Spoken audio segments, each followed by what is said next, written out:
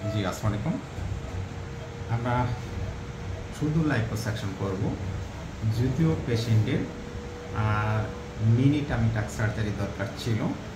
আমরা কেন শুধু লাইপোসাকশন করছি সেটা আমরা বলব। মিনি টামি টাক এক্ষেত্রে করছি না কেন? পেশেন্ট যেহেতু ডিজায়ার করেছে উনি পরবর্তীতে আরেকটা বাচ্চা বা বেবি নেবেন। তো এবং যেহেতু এক্সেস ফ্যাট আছে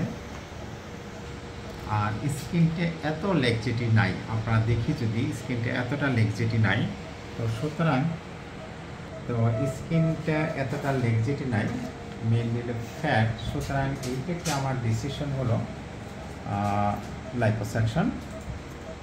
যদিও মিনিটামিটা ছিল, কিন্তু যেহেতু উনি ডিজায়ার করেছে একটা বাচ্চা নেবেন, সুতরাং আমরা এই ক্ষেত্রে শুধু শুধু লাইপোসাকশন করব। পেশেন্টের ডায়াবেটিস আছে, আমরা ডায়াবেটিসকে কন্ট্রোল করে নিয়েছি।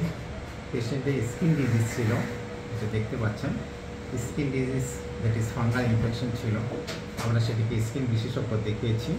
ডায়াবেটিস বাই এন্ডোক্রাইনোলজিস্ট সম্পূর্ণ ক্লিয়ার করার পরে আমরা আজকে অপারেশন করছি।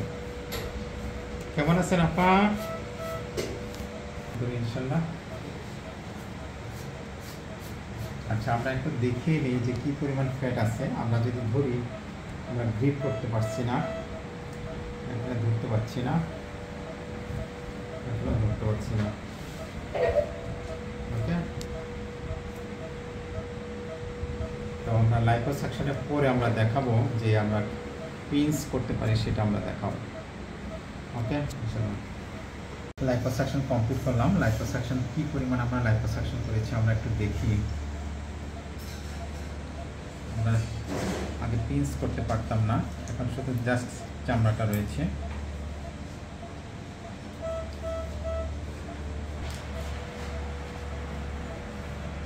ওকে, ইনশাল্লাহ।